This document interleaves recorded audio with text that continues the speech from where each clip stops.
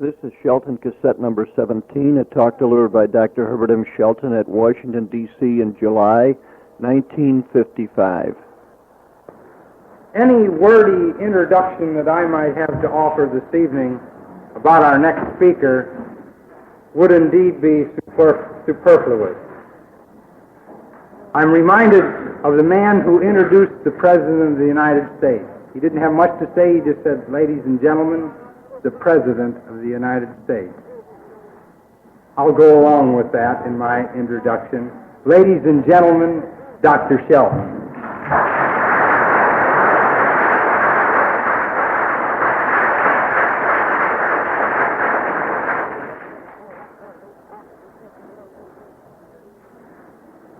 Well, I'm not the President of the United States.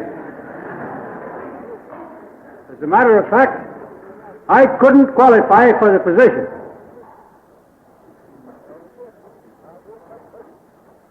As a vegetarian, I never eat hot dogs.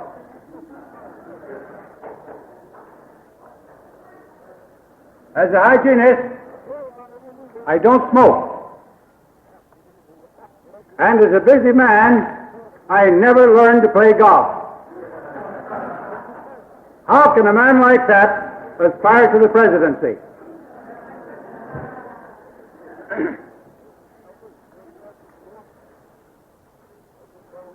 Perhaps the office of President of the United States is an important one. I don't know. Personally, I'm of the opinion that it's not. But the subject that I want to discuss with you this evening, I think, is important. And that is mankind's quest for health down through the ages to the present time. As far back as recorded human history goes, mankind has been a collection of sick animals. And as far back of the period of recorded history as the archaeologist and the anthropologist can trace the remains of man, he was a sick animal. And all through the long ages that he has existed on the earth, he has been searching and searching and searching for health. He has searched for health through every possible channel. And at this point I am reminded of a statement that was made many years ago by Herbert Spencer. He said, "Mankind never tries the right remedy until he has exhausted every possible wrong one." And that has been the history of man's quest for health down through the ages. He has tried every conceivable wrong method of approach to the problems presented by poor health or by disease. He started out on the assumption that disease is due to an attack upon the body by evil spirits, by demons and devils. And the way to get rid of disease was to, in some manner, drive out or exorcise or cast out those devils. He resorted to all kinds of means and measures and methods to get rid of the devil. If a substance was so obnoxious to the human organism that the individual had to hold his nose in order to swallow it, and then the stomach would cast it up immediately, that substance was supposed to be exceedingly valuable as a remedy. That is, it was supposed to be just as obnoxious to the spirit as to the man. And the poor fellow would vacate in a hurry. If the substance resulted in nausea and vomiting or diarrhea or griping and pain and dizziness and other symptoms, it was an excellent remedy for trouble. Thus, we developed our drug system, which today is no longer, in this country at least, engaged in driving out devils. Today, we direct our attention at more minute beings, evil germs, and still smaller beings, evil viruses. But we're using the same method. We have the same concept of disease as did prehistoric man. It is an attack upon the body by an outside entity. And to get well, we have to cast out or destroy that outside entity. The idea that disease was due to evil germs persisted on down to within recent times. Less than 200 years ago, a group of priests in Milan, Italy, engaged in a contest to see who could cast out the most devils in one day. And the priest that won the contest is reported to have cast out more than 200 devils in one day.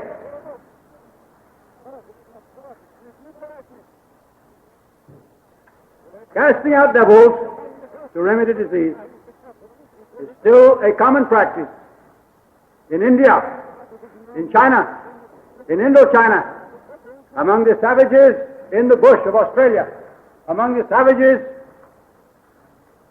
in the South American and the African jungles. And there are even people in these United States, some of them not many hundred miles from the city in which we are meeting tonight, that still make efforts to cast out devils. The idea is by no means dead. Even though the great majority of the people in this country have traded the old devil etiology for a bacterial one. When they traded off their devils and got bacteria instead, they still kept their drugs.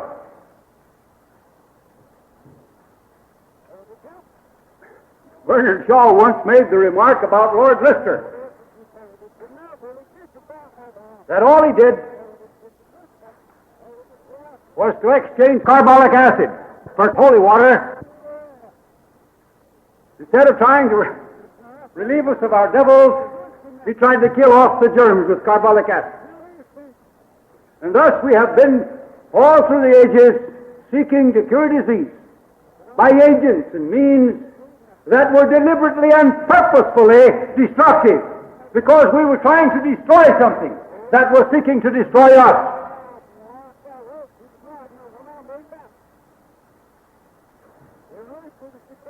Mankind lived and moved and had its being in a sea of ignorance and superstition.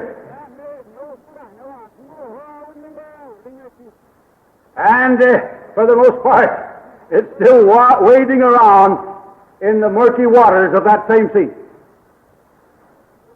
Only in a very small part of the globe do the people today have an opportunity to acquire knowledge of truth, of demonstrated principles, of facts that will enable them to really and truly build and maintain a high state of health. A few moments before Dr. Gaiman was introduced to you, we were sitting back there talking, and I said to him this: mankind possesses enough knowledge now, stored away in its books, in its library.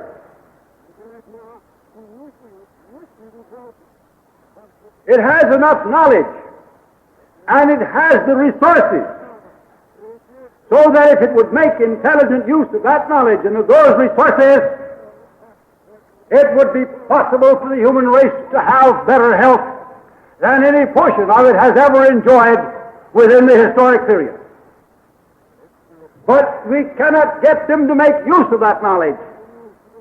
They are so determined to kill themselves by self-indulgence that they close their minds to every effort to enlighten them.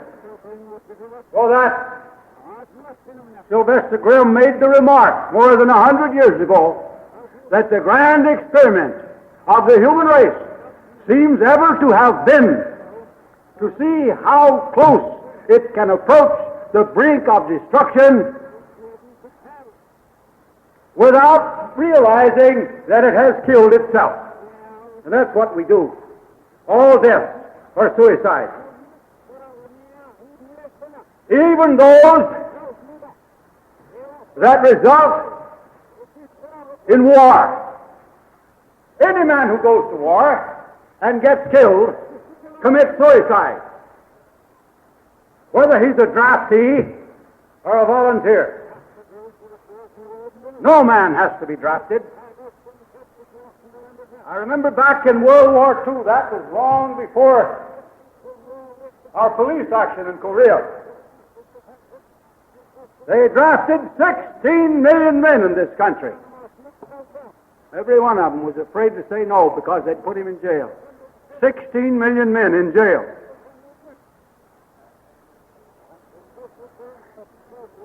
$16 million men in jail. All those 16 million men had to do was clench their fists and say, we won't go. And 30,000 politicians would have deserted the ship of state like so many rats deserting a sinking ship. But they didn't have guts enough to say no. So they went off and made the world safe for Stalin. Just as in the first one, they made it safe for Hitler. Who we're going to make it safe for next time, I don't know yet. I'm not a prophet. If we would exercise our intelligence and make use of the knowledge we possess and of the resources that are at our command, we not only could have health, we could have a world that is fit to live in. This nation of ours, this country of ours, could be made one blanket paradise. From the Atlantic to the Pacific and from the Great Lakes to the Gulf. But the one reason that you people are not interested in doing that is that you're afraid you can't become millionaires. Every one of you from the eyebrows up is a millionaire. You may wear overalls and work as a mechanic for 8 hours a day, but that doesn't make any difference. Sooner or later, you're going to make that first million. Now, I don't have any objection to you being wealthy. Personally, I don't care about money. I'd be perfectly well satisfied with 10 million.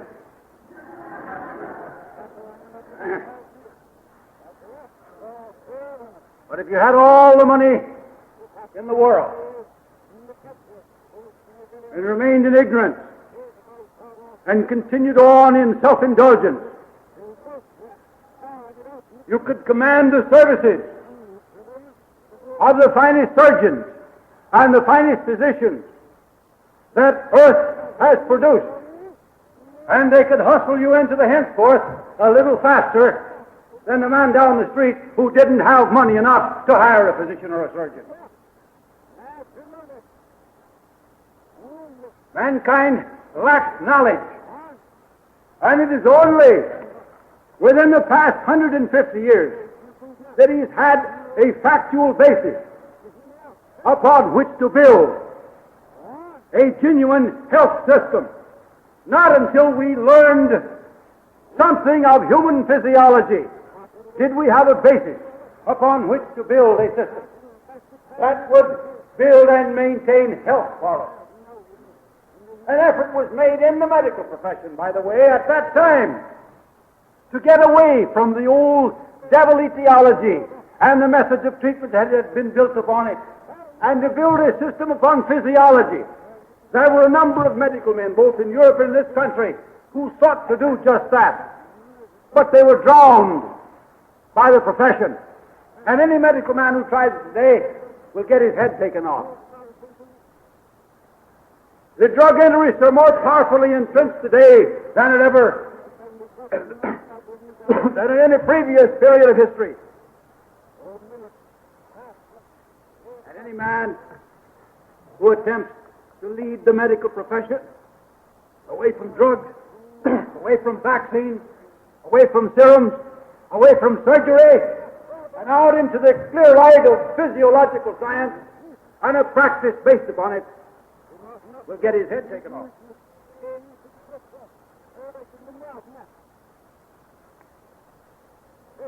There were, however, men,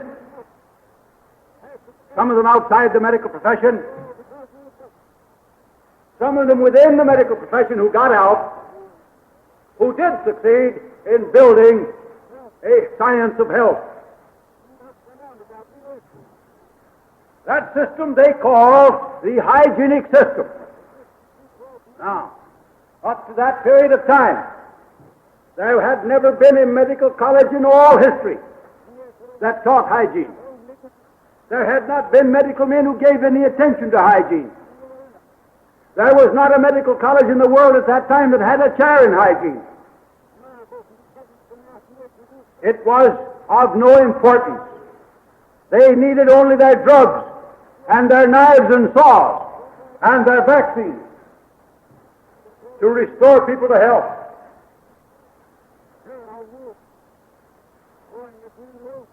As hygiene became more and more popular, they decided to follow the policy of the politicians. You know, the policy is, if you can't defeat your enemy, join him. So when they discovered that they could not destroy hygiene, and they could not defeat the hygienists, as a matter of fact, they were losing the battle. The hygienists got practically every law in every state in the Union governing the practice of medicine repealed. They got physiology and hygiene introduced into the public schools. They were making such rapid headway that the medical profession decided, well, since we can't defeat these boys, we'll join them. So they put in chairs of hygiene in the medical colleges. And they began to write and talk on hygiene and make a certain amount of use of it. And you know, what happened was it lulled the hygienists to sleep. I can take you back to that very period and go to the editorial columns of the hygienic journals and read to you, or let you read for yourself, the glowing statements of the editors of those journals that the medical profession has finally adopted hygiene. Our work is done. So they went to sleep. And the profession turned out for us a spurious type of hygiene. And that is the reason that we adopted at a later time the adjective natural. We now call it natural hygiene rather than just hygiene, as did Germ and Trawl and Jennings and their contemporaries and immediate successors. Natural hygiene. And here is a system of health building, one that not only restores health but that maintains health, that is based upon sound physiological principles, demonstrated principles, and that will enable you to get well and to stay well, or to remain well if you're already well. Here is the final goal of humanity in its quest for health. Now, by this, let me not be misunderstood. I do not mean that natural hygiene has reached perfection. The early pioneers in hygiene established, demonstrated, and confirmed certain broad principles and based certain practices upon those principles. And they left it for their successors to go on from there and build a more perfect hygienic system. As time has passed, as we have carried on our studies, as we have had more experience, we have learned more. We know more about diet today than the early hygienists. We know more about fat. We know more of its effects. We know more of its application than they did. We know more about exercise and about sunshine and about all the other hygienic factors than our predecessors. But we don't know it all yet. There is still much to be learned. We're going to have successors who will carry on from where we leave off and who will learn more and improve upon what we bequeath to them. Turn the... Hygiene must progress and continue to progress until we learn all there is to be known, if that is possible, about the relations of food to the body, about the relations of proper types of agriculture to food, about the relations of sunshine and of fresh air and of exercise and of mental poise or of lack of mental poise to the body. The more we learn, the more perfect can become our application of the principles of hygiene to the production and maintenance of perfect health. In other words, while we have found our goal, we haven't yet attained it in completion. We have the principles. We have part of the details. We must go on and fill out those details. One of the things that is very important in doing this is the education, not merely of more and more lay people, but the creation of more and more professional hygienists who will carry on the studies and the experimental work, and who will gain the added experience that will add increasing knowledge in the future. Unfortunately for hygiene, shortly after the medical profession pretended to take it over and become hygienists and pervert what little they did take over, shortly after that there arose in this country a group of men who attempted to found eclectic systems. They pretended, and I think in all sincerity, to select the best from the various systems, and they combined them into systems of their own. They sought, as they thought, the best in this system and the best in that and the best in the other, and they'd bring them together, and by that means they would have a perfect system. All this succeeded in accomplishing was to muddle the picture still more. Why? Because, in the first place, they had no valid principle to guide them in their selection. It turned out that instead of selecting, they merely collected. One man selected a certain amount of hygiene. He took a certain amount of the Swedish movement. He took a certain amount of hydrotherapy. And he took a certain amount of various other methods and systems that were in vogue, and he bound them together, and he called it mechanotherapy. He proudly boasted that he had selected the best from all the systems, and that he had merged them and harmonized them in one grand and glorious system. Another man gathered in herbs, Knights herbs particularly, homeopathy, other methods of Priesnitz, Cuny, and Wills, and Just, and other German pioneers of what they call over there nature cure. And he bound them together, but he took a little hygiene and put in with it. You know, when you bind together sand, you have to have a little cement to hold it together. So they used a little hygiene to hold together the sand that they had accumulated. And they called it naturopathy. Another man did the same thing, and he stressed more than anything else cold water and manipulations and early diagnosis. And he called his system natural therapeutics. And then another man went through the same kind of selecting program, and he built a system that he called sanipractic.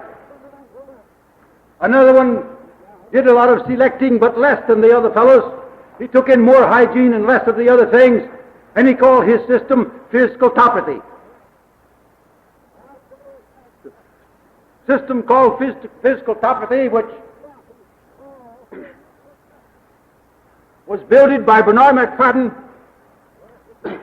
was the closest approach to the old hygienists of any of these eclectic systems. But the result of all this effort to select the best from systems that didn't have any best to start with and bind them together was simply to create confusion worse confounded. These schools have about had their day. The Sanipractic school is out of existence. The school of natural therapeutics is gone. The school of physical topathy has passed to limbo. The mechanotherapy school, I believe they've got one struggling representative left, or it may be closed. It was in Cleveland. The school of naturopathy, they've got 2 or 3 one-horse schools left. But the instructors in them and the students that go to them are all dissatisfied with them, and they're having a difficult time keeping their heads above the water. There is nothing left of all that effort at selecting the best from all the various systems and combining them into one grand system. There is nothing left except a little shouting. And some of them are not even able to shout. For you and for the people around you, now is the best time in history to learn and to appreciate the principles and the practices of natural hygiene. Now is the time when you can understand hygiene without being confused by all kinds of clamoring cults and sects, each of which claims we are the true way of life. Oh yes, there arose 3 other schools in the meantime. Each of them started off as drugless schools. One of them is called osteopathy. It has degenerated into a second-grade allopathic system. Another is called chiropractic. It is rapidly becoming allopathic also. And a third is called naturopathy. It has never been big enough to amount to anything. There is a group who call themselves physiotherapists, and they like to talk about physical medicine. Now, when you translate those 2 words, physical medicine, it means natural healing. And they propose to heal you with natural things, such as electricity, which is natural, but then so is the venom of the rattlesnake, natural. And with heat, and that's natural, but so is nux vomica, natural. And with light, and that's natural, but then so is a stone. And if one falls and hits you on the head, that's a perfectly natural occurrence. None of these things that they call natural are any more natural than a hurricane or an earthquake. And they haven't any more normal relation to your body than has that hurricane or that earthquake. Only in natural hygiene can you find a practice that is based upon the use of those things that have a normal relation to life. Only in natural hygiene can you find a practice that is based upon demonstrated principles. For more than 40 years I have watched the coming and going of new methods, of new systems, of new miracles, not merely miracle drugs, but miracle drugless methods. Mental methods and physical methods, electrical methods and other types of methods. I've watched them come and I've watched them go. The melancholy procession of drugless methods of healing the human body has been almost as sickening during that more than 40 years that I've watched it as the melancholy succession of drug after drug to that limbo reserved for the cures that pass in the night.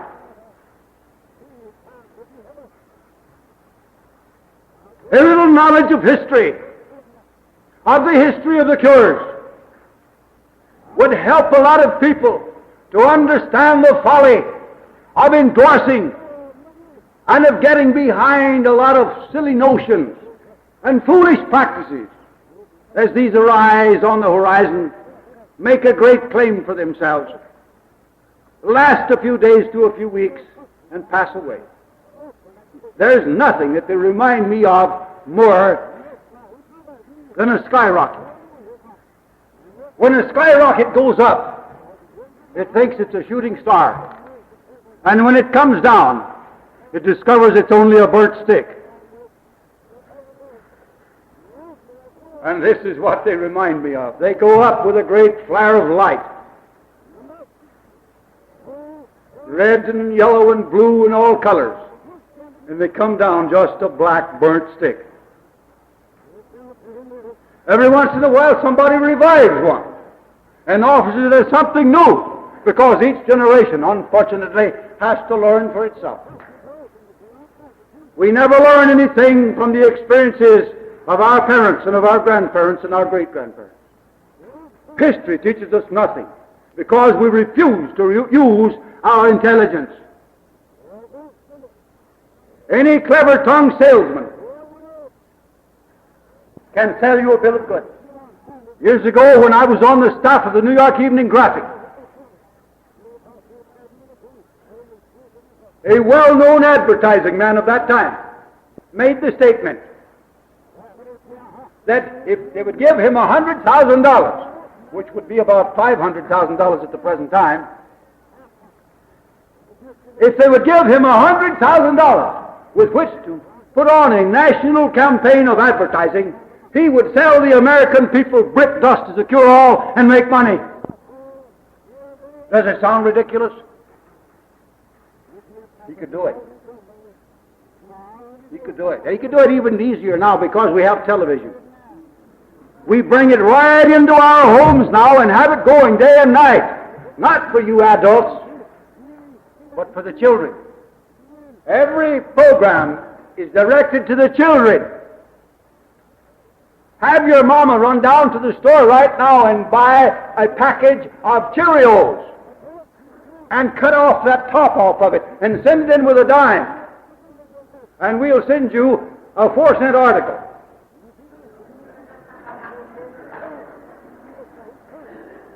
The appeal is to the children, and the children harass their parents until they buy.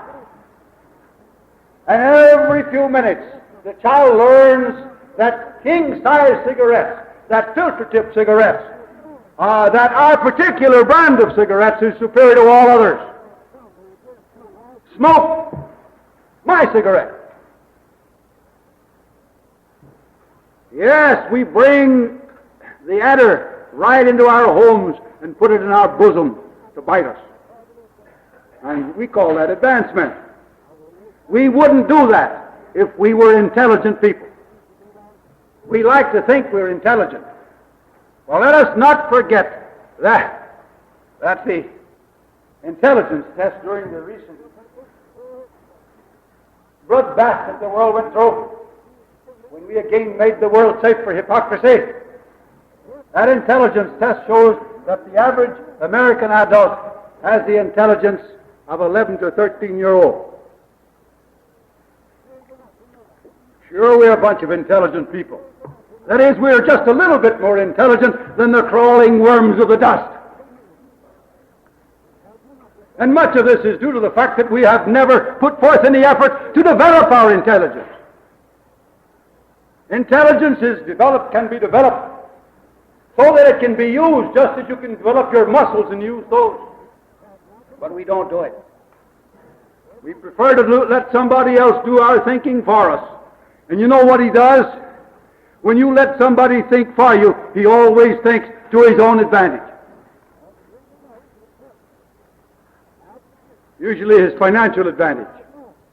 And our civilization, as we call it today, especially this form that we call Americanism. It's peculiar how we love Americanism. We don't like foreignisms, we like Americanism. Of course, when you stop to think about it, Catholicism came from Europe. Protestantism came from Europe. Capitalism came from Europe. I don't know what we've got over here that's Americanism, but we like to talk about our Americanism.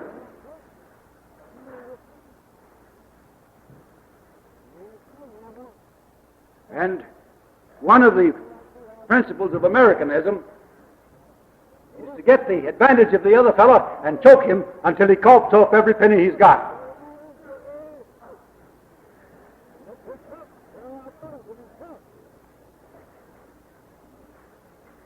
Imagine a Jew standing up before an audience and shouting for Americanism and hanging on to Judaism. A Christian standing up and shouting for Americanism and closing his eyes to the fact that his Christianity was born in Jerusalem. No, we believe in Americanism, but we don't know what it is. We can't define it. What it actually is, it is a fog that we put before our eyes to prevent ourselves from using our own brains and seeing things as they are. We befog our intellects with slogans of that kind. Instead of getting down and using our heads. Every once in a while I tell somebody that I think the world would be better off if we could abolish these things that we call governments or the state. And they will tell me, well, everything needs a head. And of course I know at once that that particular fellow needs one. It's too bad we can't provide one for him. He needs it. Everything needs a head. But he needs a head that can be used and that he will use. That he will think with. Not merely believe and emote and follow the leader. Look what Germany got into by following the leader. And what Italy got into by following the leader. We could get into the same muss by following the leader. Let us learn to think for ourselves. Let us acquire knowledge for ourselves. And let us provide some means of imparting knowledge to those who seek it, to those who want it. Do you have a little knowledge of hygiene?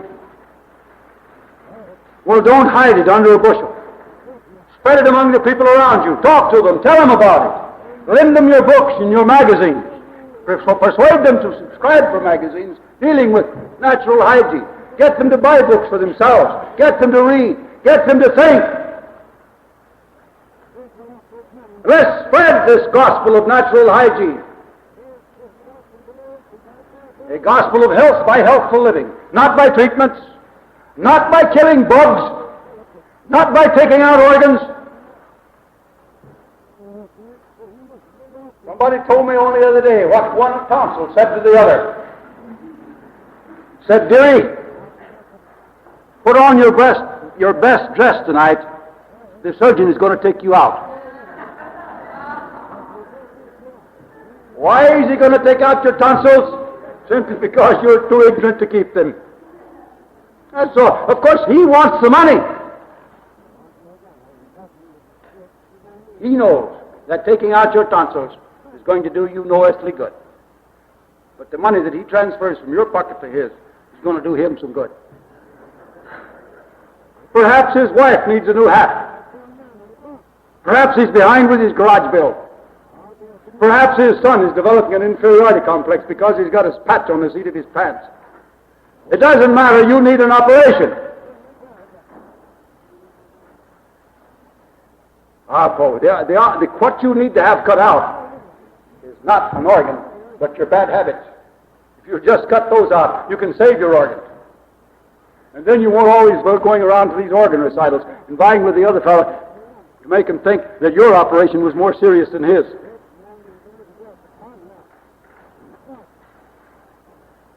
I say again, let us spread this gospel of health by healthful living. Let us help the rest of mankind attain to that goal for which man has been seeking, to our definite knowledge since long before the dawn of recorded history. If we'll do this, our children and our grandchildren will rise up to praise us, to thank us. If we don't do it, they may have plenty of cause to curse us.